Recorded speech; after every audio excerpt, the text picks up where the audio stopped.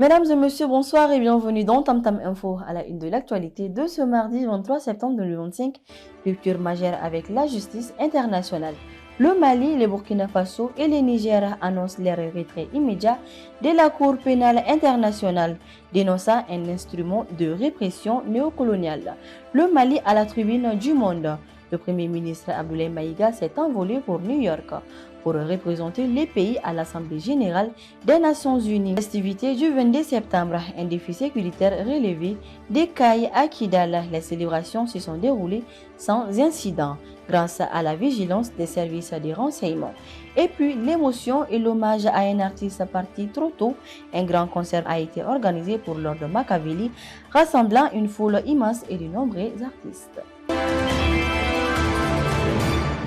C'est une décision historique qui marque un tournant dans les relations entre les pays du Sahel et les institutions internationales. Le Mali, le Burkina Faso et le Niger, réunis au sein de la Confédération des États du Sahel, ont annoncé hier soir leur retrait immédiat du statut de Rome de la Cour pénale internationale. Dans un communiqué conjoint, l'AIS dénonce une juridiction devenue, je cite, un instrument de répression néocoloniale aux mains de l'impérialisme, pratiquant une justice sélective. Les trois pays affirment vouloir désormais privilégier les mécanismes de justice endogènes, en conformité avec leurs valeurs sociétales pour garantir la paix et la protection des droits humains.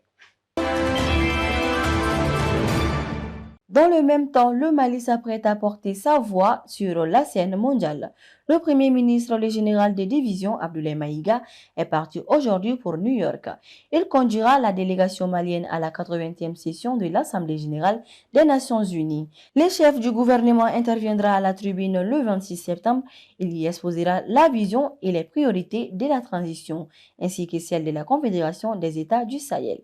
En marge de l'événement, il tiendra plusieurs rencontres bilatérales et échangera avec la communauté malienne vivant aux États-Unis. Hier, le Mali célébrait ses 65 ans d'indépendance. Au-delà de la ferveur populaire, c'était aussi un immense défi sécuritaire. Un défi qui a été brillamment relevé en effet sur l'ensemble du territoire national.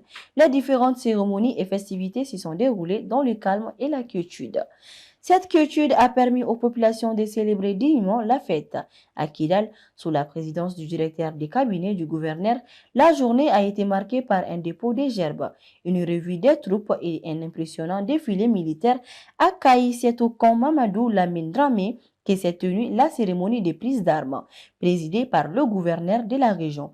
Des images fortes qui témoignent de la présence et de l'autorité de l'État sur l'ensemble du territoire. Ce succès sécuritaire, malgré l'éminence, est mis au compte des services de renseignement, la vigilance des hommes du général de corps d'armée Modibo Kone et l'ensemble des forces de sécurité a permis de garantir que la fête reste un moment d'unité et de joie, sans être entachée par la violence. L'actualité, c'est aussi ces moments de forte émotion qui a marqué la scène musicale bamakoise.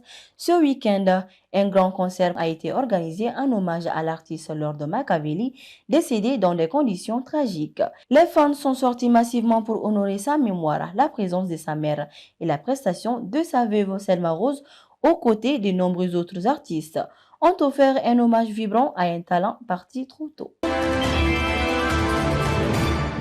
Un mot de football pour conclure l'actualité. C'est officiel, l'attaquant français du Paris Saint-Germain, Ousmane Dembélé, est le lauréat du Ballon d'Or 2025. Il a été récompensé pour sa saison exceptionnelle, marquée par un quadruplé historique avec son club et des statistiques impressionnantes de 35 buts et 16 passes décisives.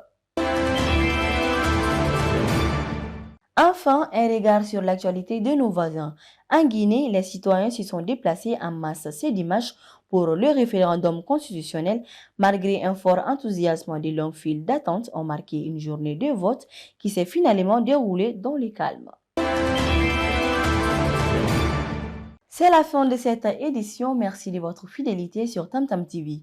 Nous terminons ce journal en pensant à la ferveur et à l'émotion qui ont entouré le concert en hommage à l'artiste Lord Machiavelli. Cet événement nous rappelle une vérité simple et profonde, magnifiquement exprimée par l'écrivain Victor Hugo. Les souvenirs, c'est la présence invisible. Au nom de toute la rédaction, nous vous souhaitons une excellente soirée.